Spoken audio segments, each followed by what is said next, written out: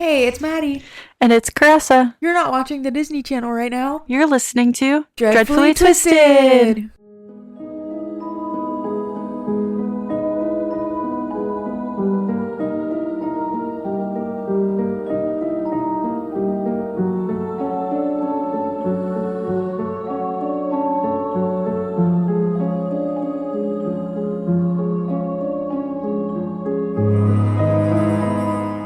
Hello, we are back. Dreadfully Twisted's back again. Dreadfully Twisted's back. Tell your friends, and family. I feel like you need to see us because we like do this like little dance with it. We're like Every time we do like this head bob, it's like the trademark dance that we have to this. So funny. One day we're just gonna record ourselves doing it. We should. And then we post it on TikTok. We should post it. Yes, we should post a TikTok video of us doing that, and then just be like, and then that probably would get. We should do it after a plaza date because we'll look all cute. Yeah. We can even do it at. We should. That'd be awesome. Let's do it. Maybe. I don't know. We should do that when we go to the haunted house. Yeah. That is near us. Yes. That we are going to go to a Christmas thing for. Yeah. That'd be fun. It would. I'm excited. Yes. I swear, 2025 will be the year that we actually follow through with things that we say we're going to do. Exactly. We're going to do everything. That's our New Year's resolution. Yes, exactly. As this. So this case that I am covering today is a pretty heavy one. Okay. So take a deep breath. So take a deep breath. There's going to be a couple trigger warnings, but I'll tell you when the time comes. So, yeah. Anything new that you want to? I don't think so. I don't no think updates. So. Well, I honestly haven't been checking my camera. Yeah. So, it's my fault. One day there'll be something and you'll see it. Hopefully. I don't know. But I feel like there was something true crimey that I was going to talk about, but I don't remember. I said that last week too. Was it the? Oh wait, we already talked about the tanning bed. Oh yeah, I don't think that was it. No, I don't remember. Oh, or was it the head that washed up on shore? There's a head that washed up on shore? Yeah, I can't remember where it was. I sent you the TikTok. Let me go look. Oh, when? Was it today? No, I think it was yesterday. Oh, I haven't really been on TikTok. Let me look. Oh jeez. Oh, now all these people are messaging me about stuff. Seriously, you could have bought the stuff earlier. One person's like, "What? How much is that tumbler that you had there today?" Somebody else is like, "Hi, I'm just in purchasing one of those lit up houses. Where were you at this craft show? Huh?" Irritating. Well, at least you'll still get the money. Oh yeah, I have not opened any of your TikToks since yesterday. Yeah. I didn't know that there was. It was on a Florida beach, and then I thought that I sent you who it was, but I might have not. I did not know that. That's crazy. I just sent you what the update was. They found out who it was. Oh my god. I don't know what it is about anything, but I think things in the water are terrifying. Yeah. Like anything that's submerged in water is terrifying. Oh, yeah. Anything that happens, like I don't know why I'm so terrified of that. Have you seen all the submechanophobia TikToks on? Yeah, you sent me a few of them, I think. And I remember the Queen Mary was on one of them, and I was like, I covered that. Yep. It was the propeller room. That's what I sent you. Oh, yeah, no. Ugh. No. Shiver me timbers. I hate it. It all shivers me timbers. And then did you know, like, Lake Lanier and, like, a couple other lakes were created because they flooded towns? Really? Yeah, if, like, the water gets, like, droughted. I think I might want to cover this at some point. Yeah. The water gets like droughted, and then you can actually see like the trees and like the stuff that they like submerged underwater. Mm-hmm. And it's like uncomfortable like watching it and like looking at it. Yeah. So I think I might want to cover that at some point because that's terrifying. You know what else freaks me out? Uncanny Valley videos. Yeah. I don't like that either. Spooky, scary skeletons is what it is. It is. It shivers me timbers. Timbers equals shivered. God bless you, bud. Bless you. Oh, bless you. Good? Good? Yeah. Yeah. He just He said- shook his head. he said, "I'm He good." was like, he like did it like so subtly, but it was the cutest thing ever. I love you, Charlie Brown. Me too. He's so cute. Oh. Big Uh-oh. stretchums. Some more? Are you okay? You good? You okay? Now we're having a staring contest. Oh, he looked away first. Do you ever do that with your cats? Sometimes you just stare at them. Oh, yeah. You're like, whoever looks away first. Now sometimes I'll just stare at them and like slow blink.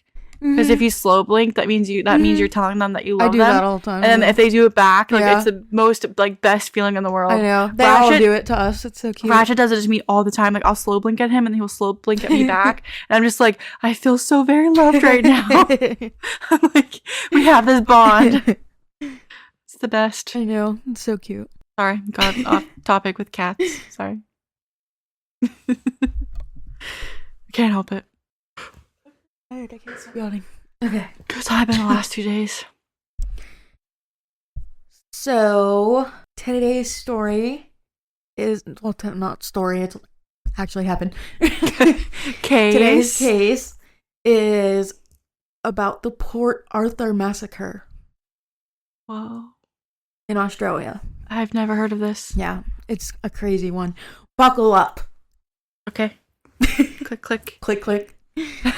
I'm buckled. It's going to be a wild one, everybody. So prepare. But first, we're going to just start off with the introduction. So we're good right now. Okay. We're good. For now. I'm still buckled. Yeah. Stay buckled because it's going to progress. Martin John Bryant was born on May 7th, 1967 to Maurice and Carlene Bryant. In a 2011 interview, his mother recalled that when Bryant was very young, she would often find his toys broken and stated that he was an annoying and different child. Oh. Yeah. A psychiatrist who examined him told the family that Bryant would never be capable of holding down a job because he would aggravate people to such an extent that he would always be in trouble. Yeah. That's an interesting perspective. Yeah. In 1979, 12-year-old Bryant was hospitalized in Tasmania from an injury caused by a firework incident. Oh my god. Yeah. It's crazy. While in the hospital, he was interviewed by a local TV station, and there's like a 40-second video. Okay. This is when he was little. Gone up to the bedroom and I wanted to see, I had this light, I had this coloured skyrocket and I wanted to see if the wick went, so I did and it went fast and I tried to make it go out but I couldn't and I broke the stick trying to get out but I couldn't and made a hole through my jeans. You'll be in here for a while longer, won't you? Yeah, a week. Are you playing with firecrackers anymore? Yes, Don't you think you've learned a lesson from this? yes, but I'm still playing with it. Yeah. At least he was honest. He's like, yeah. But it ain't gonna stop me. Dedication, I guess. Locals recall abnormal behavior by Bryant, such as pulling the snorkel from another boy while diving and cutting down trees on a neighbor's property. Wow. So he wasn't the sweetest kid of them all, clearly. Yeah. At school, Bryant was a disruptive and sometimes violent child who suffered severe bullying by other children. That's sad, I know. though. He was described by teachers as being distant from reality and unemotional. After he was suspended from Newtown Primary School in 1977, psychological assessments noted that he... Okay, wait. Trigger warning, real fast. If you want to skip like 5 seconds, go ahead. But, wait. You're good. Okay, I'm going to start that sentence over. But, yeah, if you want to skip now. Okay. After he was suspended from Newtown Primary School in 1977, psychological assessments noted that he tortured animals. Yeah. Brian returned to school the following year with improved behavior, but he persisted in teasing younger children. He was transferred to a special education unit at Newtown High School in 1980, where he deteriorated both academically and behaviorally throughout his remaining school years. Descriptions of Bryant's behavior as an adolescent show that he continued to be disturbed and outlined the possibility of an intellectual disability. When leaving school in 1983, he was assessed for a disability pension by a psychiatrist who wrote, quote, "Cannot read or write, does a bit of gardening, and watches TV. Only his parents' efforts prevent further deterioration. Could be schizophrenic, and parents face a bleak future with him." End quote. Wow. Jeez. That's crazy. Bryant received a disability pension, though he also worked as a handyman and gardener. In an examination after the massacre that's going to take place, obviously, by the name of this case, clearly there's going to be one.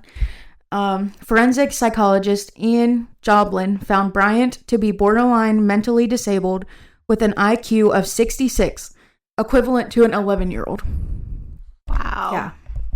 It's crazy. I feel like they saw stuff. Why didn't anybody try to help him? Exactly. You could have stopped it by trying to get him help. Or at least minimized something from happening.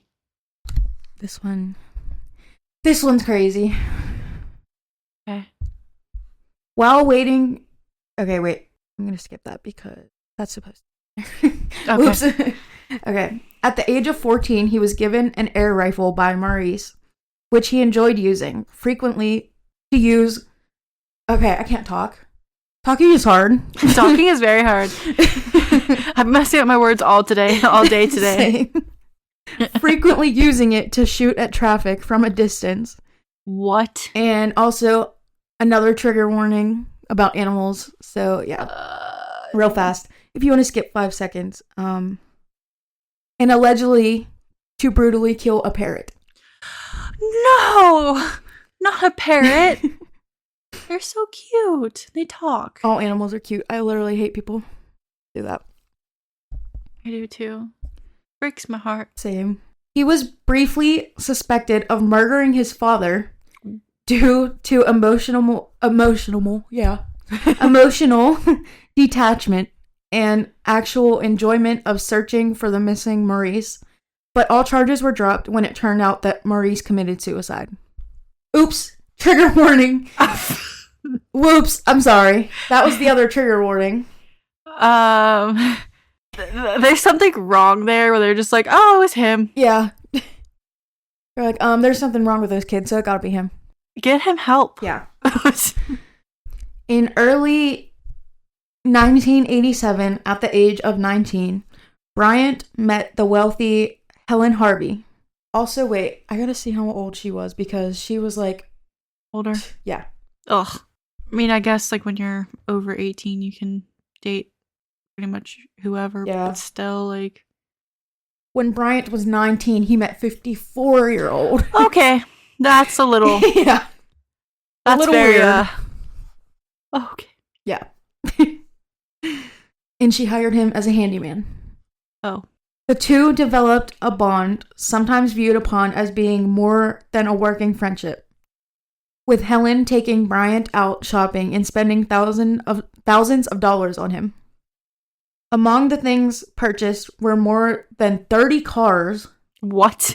All bought less than 3 years. Yeah. Wow. After Helen's mother, Hilza, died of poor health conditions from their house, Helen invited Bryant over to live with her. The two then moved to live in the country at a small town called Copping. At this point, his behavior became alarmingly erratic. Despite this, Bryant lived happily under Helen's care, though their relationship was viewed negatively by the other locals who had come to fear Bryant for his eccentric actions. Eventually, on October 20th, 1992, Helen was killed in a deadly car accident that appeared to have been caused by Bryant himself. Of course.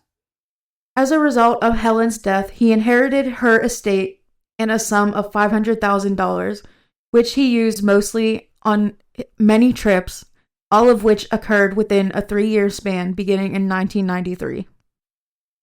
Helen's loss struck him hard, and he made unsuccessful attempts at making new friends, usually targeting younger children.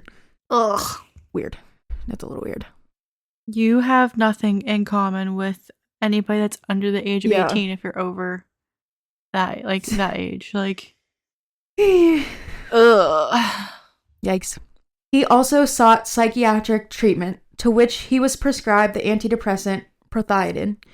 In late 1993, Bryant used some of his money to buy an AR-10 semi-automatic rifle through a Tasmania newspaper ad. He also attempted to find an AR-15 rifle in several other gun shops. At some unspecified point, Bryant was able to finally legally purchase an AR-15 along with an L1A1 self-loading rifle, battle rifle, and a USAS-12 automatic shotgun.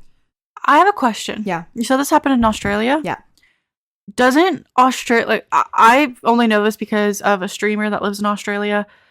Australia has rules where you can't buy guns like that. You can only go through gun clubs. Yeah. So how the heck did he?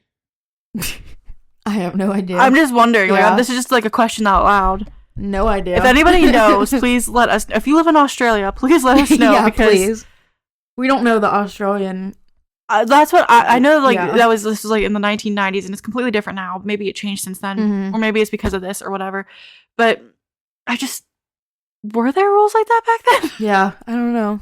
I'm just wondering. Just out loud question for everybody. Let us know. Let us know. On March 13th, 1996, just 6 weeks prior to the massacre, a 43-year-old suspected pedophile was living in the Scottish town of Dunblane named Thomas Hamilton, who opened fire at the Dunblane Primary School, killing 16 children and 1 teacher before committing, trigger warning, again, committing suicide, obviously, but yeah. Media coverage of the event was presumed to have been the trigger for Bryant to act. No. Yeah. Also, literally killing 16 children. Literally what kind of monster? What is wrong with you? What is wrong with you?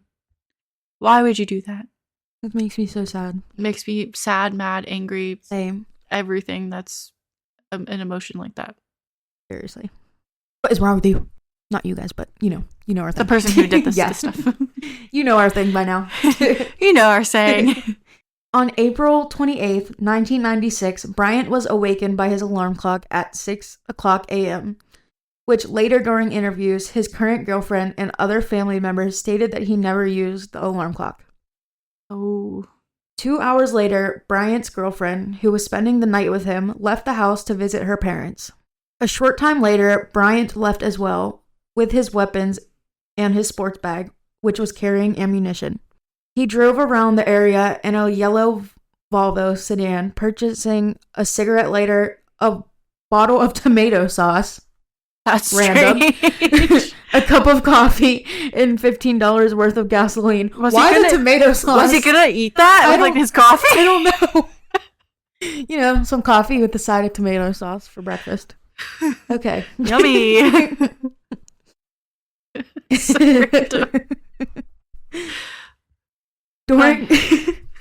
During the 2 purchases, he told both attendants that he was going out surfing, despite the calm day that made surfing conditions extremely poor.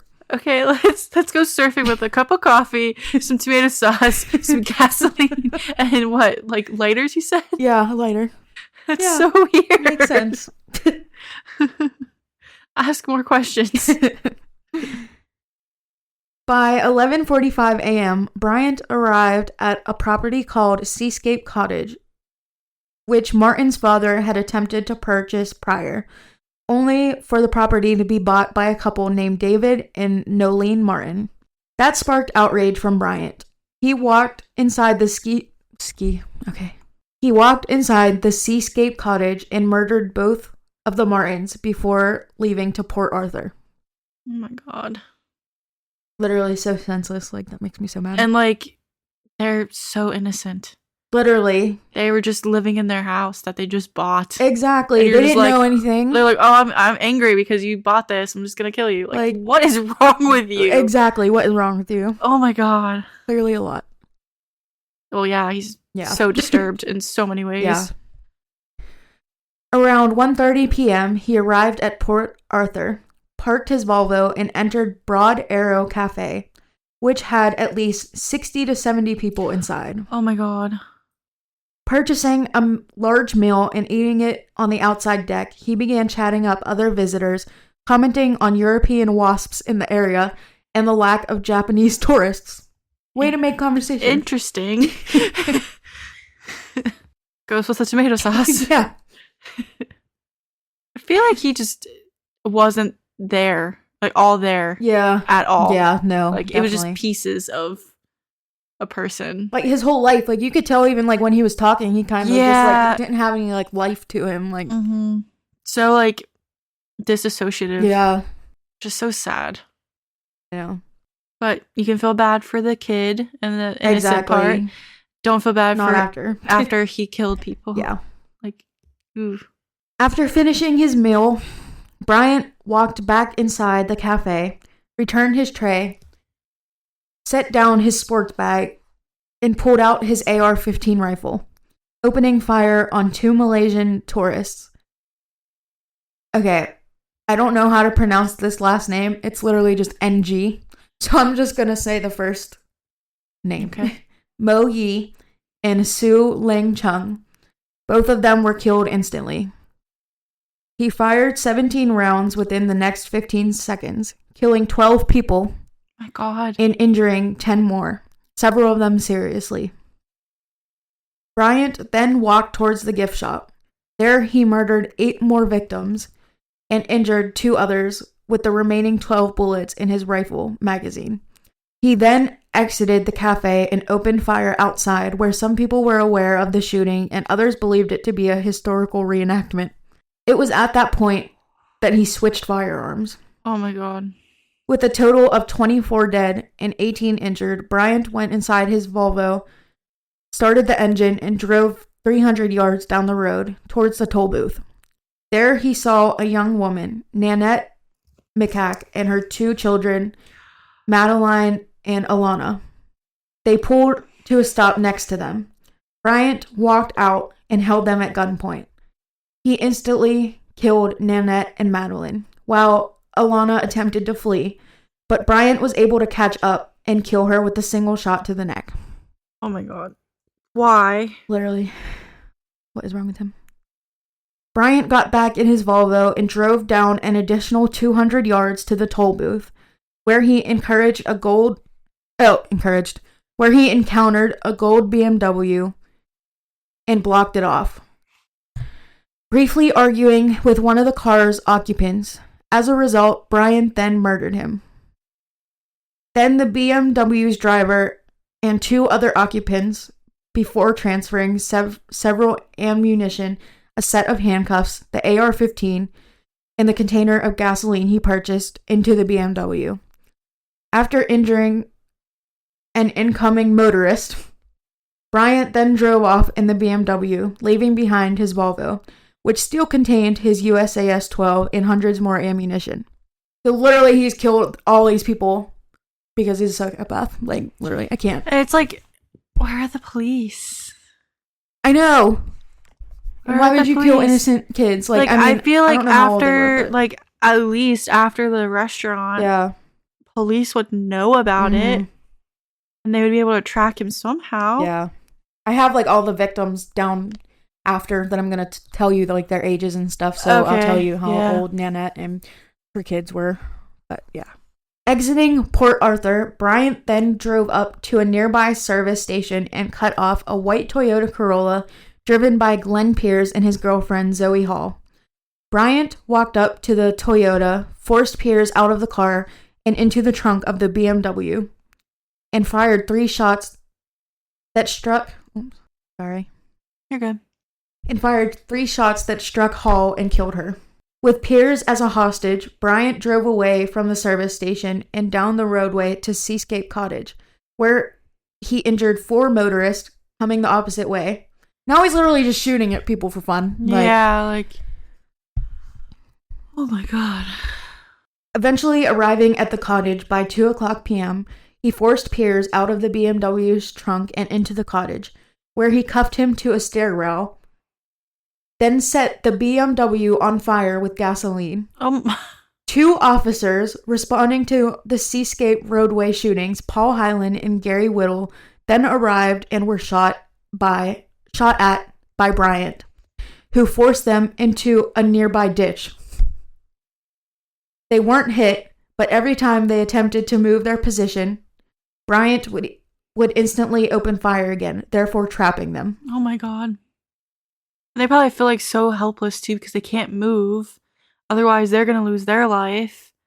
Yeah. But they're trying to like stop him. Like that's such a situation that I can't even imagine. Exactly. At around 2:10 p.m., Bryant received a call from a woman working for the ABC network who had heard about the Port Arthur shootings and tried receiving information about the event from local businesses. Calling himself Jamie, Bryant answered several questions, therefore threatening to kill Piers if she called again. Oh my gosh. He then called the local police station, and his call was answered by the girlfriend of one of the police officers he fired upon earlier. He still called himself Jamie and told her that her boyfriend was okay. At 9:00 p.m., a special operations group of the Tasmania police team arrived, rescued the policemen in the ditch, and began negotiations with Bryant, who continued to call himself Jamie. The team refused to open fire in fear of hitting the 3 hostages. Piers and the Martin couple, who were believed to have been alive and held captive at the time, but they have been dead for a while. It was believed that during negotiations, or possibly sometime before, Bryant shot and killed Piers. In a presumed attempt to escape, Bryant started a fire in the cottage's guest home the next day, taunting police to, quote, come and get him. So this has been going on for like a whole day at this point. Yeah. And wait for this. This is the best part. Taunting police to come and get him. Eventually, the fire caught onto his clothes, and he ran outside towards police, who arrested him after he took off his flaming clothes and admitted him to a local hospital for treatment of burns. Oh my god. He literally caught on fire, and then he caught on fire, which resulted in him getting arrested. Karma. Literally. Karma's a bitch. Cue the JoJo Siwa dance. I mean, he does have an IQ of 66, so definitely not thinking this one through, which is a good thing. Yeah, exactly. But still also thinking it through so much by killing so many people. Exactly. So, oh my gosh. During subsequent interviews, Brian described the details of the shooting from his own point of view to the police, but the details were altered, suggesting that he was either lying or mentally incapable of accurately recalling the events. During his trial, Bryant initially pleaded. Bryant initially pleaded not guilty to all 35 murders charged against him. 35? Yeah. But then changed his plea to guilty without providing a confession. He was found guilty of all charges and sentenced to 35 consecutive life sentences, one for each murder victim, plus 1,035 additional years for attempted murder and inflicting physical harm to numerous people. Huh. Wow. And that's how police work should be done. Every time. Every time there's like more than one person killed, every single person should be a life sentence. Not just one. Yeah. Or not just like you get time for one murder and then forget the others. Cough, cough, the Menhoz case. The Discord killer. That made me so mad because why would he get charged for one person when he literally killed 3? It makes me so mad. Mm-hmm. If you haven't watched that one, go watch it. Listen to it. Listen to it, yeah. It was yeah. episode something. Episode something. You'll Episode find it. number here. Yeah. I think that was like episode 18, I think. Yeah. I'm check. Okay, I'm going to go back and look at that sentence that I totally put in the wrong spot. While you're doing that, I'm going to look, see what episode that was. Okay. If I'm right, I'm going to be surprised. You said the Discord killer? Yeah. It was episode 23. Episode 23. I was close. Yeah. Close enough. Okay, this is controversial. While awaiting trial, Bryant was examined by court-appointed psychiatrist Ian Sale, who was of the opinion that Bryant, quote, could be regarded as having shown a mixture of attention deficit hyperactivity and a condition known as Asperger's syndrome. Psychiatrist Paul Mullen, hired at the request of Bryant's legal counsel, found that Bryant was socially and intellectually impaired. Furthermore, finding that he did not display signs of schizophrenia or a mood disorder, Mullen concluded, quote, though Mr. Bryant was clearly a distressed and disturbed young man, he was not mentally ill. End quote. I think, and now I'm not like a mental health professional or a psychologist or anything, but I think he was mentally ill. I'm sorry, but like definitely. And I mean, like, he probably thought, like, I don't know if he like considered that, oh, like, mentally ill, that means you're depressed, or no, he just was literally like mentally ill. Yeah. Like, he had problems. Yeah, you can't just blame it on like Asperger's or something like that, because in my mind, Asperger's is something completely different than killing people. Yeah. Asperger's does not drive someone to kill. No. He had a lot of deep-rooted issues, obviously. Yeah, so. and I'm sure the firecracker incident didn't help, or the No. firework incident didn't help. And the fact that he was, like, so non-emotional his whole life. Yeah. That should have been your first, like, red flag to, like, get him Some kind of help. some kind of help, like, other than these, like, psychiatrists, because clearly... Didn't help. Yeah. But okay, I mean... He spent his time at Hobart's Risdon prison. It was hard to say. Bryant is notable for being the first killer to be sentenced without the possibility of parole, as most murder sentences allow parole after even long-term sentences. Probably in Australia. Yeah, because, well, that's, never mind, the one I was thinking was Africa. But, yeah, never mind. Because of the other inmates stating possible plans to kill him during his incarceration, Bryant was put into a specially built cell in a near solitary confinement unit in the prison. Okay, trigger warning. Actually gonna catch this one because I put it in here. I should put it in here every time because clearly I forget. It gets hard. It gets hard too sometimes. Yeah. Because like you're just like doing your research and then Exactly. like you forget like oh this is a trigger warning for some people. Yeah. And it's just like hard. But yeah, trigger warning, attempted suicide. So if you want to skip like 10 seconds, go ahead now. He attempted suicide a total of 8 times. The most recent attempt occurring on March 27th, 2007, where he slashed his throat with a razor blade, forcing him to be briefly hospitalized before being returned to prison. Wow. The Broad Arrow Cafe, where this massacre took place, was rebuilt into a memorial. Aww. I know, and I want to show you a picture. Okay. Aw, they have all the victims' names on it. Aw, that's nice. Yeah, that's really sad, but what the heck is wrong with you? Yeah. I'm gonna tell you, about the victims in a second.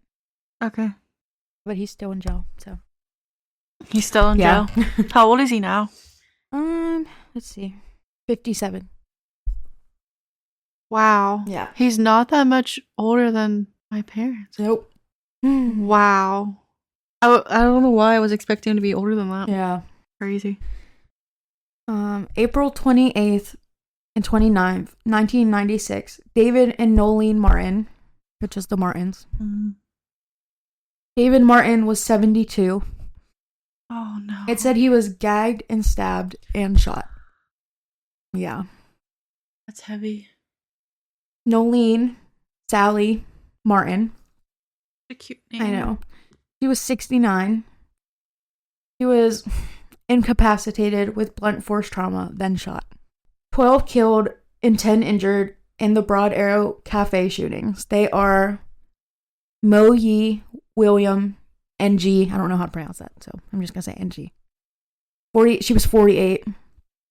She was shot in the upper neck.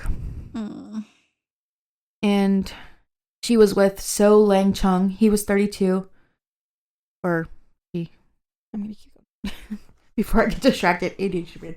Okay. Yeah, that's okay. Mick Sargent, he was injured. His scalp was grazed by the bullet. Ooh. Kate Scott was 20. She was 21. She was Mick Sargent's girlfriend. She was shot in the back of the head. Anthony Nightingale, 24. He was shot through the upper neck and spine. Kevin Sharp, 68, shot twice in the head and arm. Walter Bennett, 66, shot through the upper neck. Raymond Sharp, 67, that's also Kevin Sharp's brother, hit with the same bullet as Walter Bennett, shot in the head. Gerald Broom, he was injured, struck by I don't know how to pronounce that. Shrapnel, yeah, and bullet fragments. Gay Fiddler, injured, struck by shrapnel and bullet fragments. John Fiddler, which was her husband, was injured by the shrapnel and bullet fragments also. Which is so sad because, like, they weren't even the ones being shot. I know. They got hurt because the bullet hit something or somebody else, and then it also hit them in the process. Like, can you imagine, like, I can't even imagine the chaos, like, going on. Like, yeah, like, I'm just, like, picturing in my head people, like, running around, literally screaming. A cafe and a gift shop. Yeah, like, that's so terrifying. It is. Andrew Mills, 49, he was shot in the head. Tony Kiston, 51, was also shot in the head. Thelma Walker was injured. She was struck by shrapnel. Pamela Law was also injured struck by the shrapnel. Patricia Barker was injured, struck by bullet fragments. Graham Collier, injured, shot in the jaw and neck, and he survived. Like, that's crazy. Carolyn Loughton, injured, shot in the back and eardrums ruptured by the sound of the gunshot. Oh, that sounds so painful. Ugh, I know. I can't even imagine. Sarah Loughton, 15. She was Carolyn Loughton's daughter, and she was shot in the head. God. And her mom survived, Carolyn Loughton. That's the one who got her eardrums ruptured. Oh. Yeah. That's so sad. Her daughter died. I know. Mervyn Howard, 55, shot in the head. Mary Howard, 57. She was Mervyn Howard's wife. Shot twice in the neck and head. Robert Elliott was injured. Shot in the arm and head. And survived? That's just crazy to me how people, like, can get shot in the head and, like, survive. Yeah, especially, like, the Allison case. That was... Oh my God, it's just Allison crazy. Botha. It's just, like, miracles really happen. Like, 8 killed and 2 injured in the gift shop. They are Nicole Burgess, 17. She was shot in the head. Elizabeth Howard, 26, shot through the arm and chest. Dennis Lever, I don't know, 53, was shot in the head. Gwen Neander, 67, shot in the head as she attempted to escape. Jason Winter, 29, shot twice in the hand, neck, chest, and head. Killed in cafe area. Dennis Olsen, he was hit in the hand, scalp, eye, and chest by shrapnel. Injured in cafe area. He survived all that. Oh my God. Peter Crosswell also survived. He was shot in the buttock.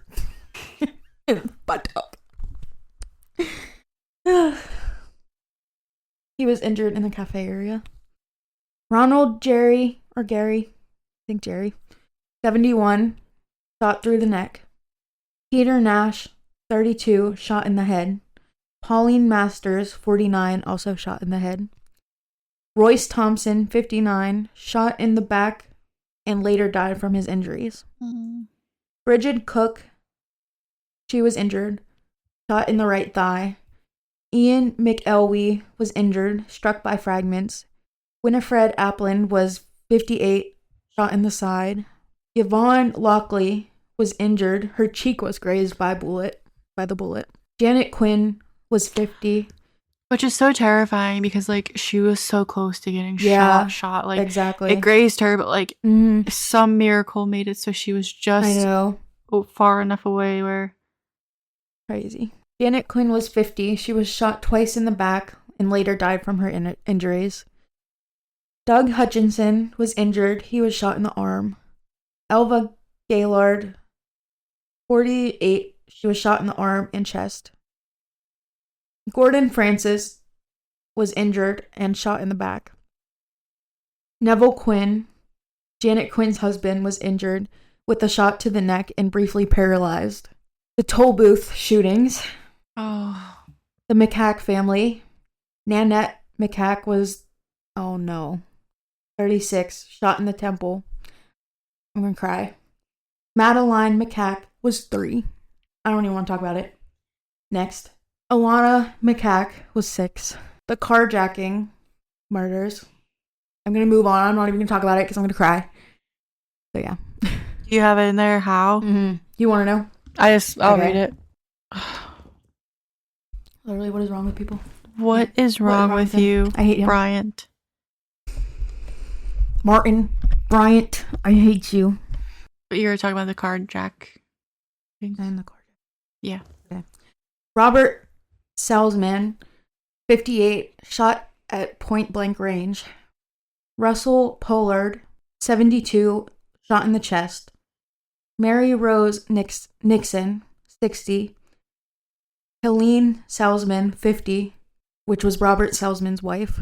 And then we have the service station shooting. Zoe Hall was 28. Glenn Pierce was 35. He was the one that was abducted and held captive and was later shot and killed at the Seascape Cottage. And we already talked about what happened to Zoe Hall, but yeah, she also clearly shot. The Seascape roadway shootings. The first vehicle was Linda White, shot in the arm. The second vehicle, Douglas Horner, struck by shrapnel. The third vehicle was Susan Williams and Simon Williams. She was struck in the hand and he was struck by the shrapnel. But they are okay. So all those people, like, I can't even. Yeah, that's... And 3 and 6, what is wrong with you? There has to be something severely wrong with him to be able to Exactly. do that. That's so messed up. It is. But yeah, that's all we have for that monster. That's all we have? Yeah. That's a lot. Yeah, it is. Wow, that was very heavy. Yeah. It was. I told you. I was like, strap in because you're going to need to. It's going to be a hard one. I don't even know how to process all that. So if you're still here at the end, if you were able to listen to all of that, are you going to share the names, like, on social media? Oh, yeah. Yeah. I'll post the memorial. Okay, so if you want to see the memorial, because I'm just gonna move along because I can't Can't process. I can't process that right now. We just need to end this because that was a lot. Especially the kids. Yeah, I know. Okay, so if you want to see the memorial that Maddie's going to post on the social media pages, you can go to our social media at Dreadfully Twisted Podcast at Facebook, Instagram, and Twitter. Twitter. I'm broken right now. Let me restart that. If you would like to go to our social media pages to see the memorial and all the things that we're going to post about this case, you can go to Facebook, Instagram, and TikTok at Dreadfully Twisted Podcast. If you would like to share us. Oh my god.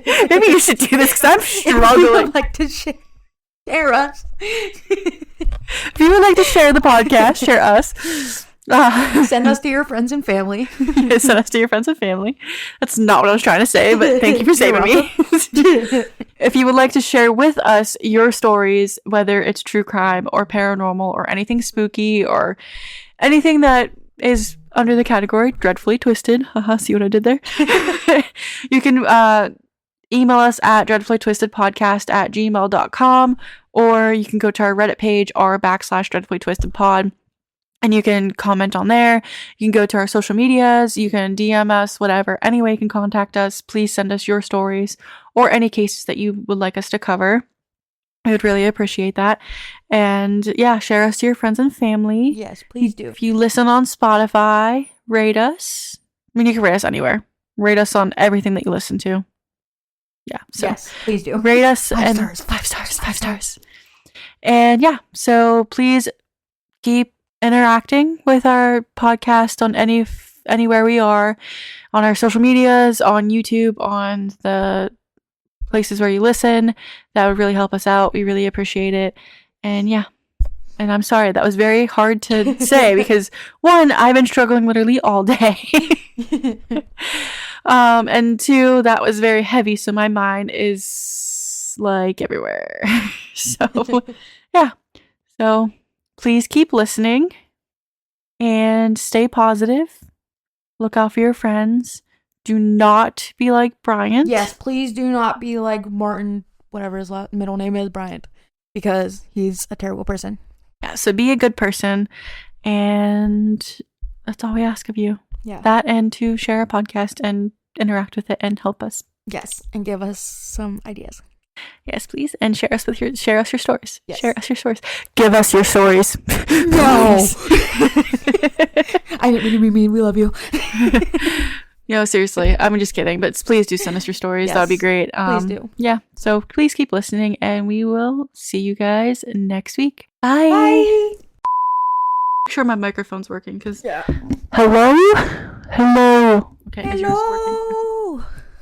It's me. Hello. Is it me you're looking for?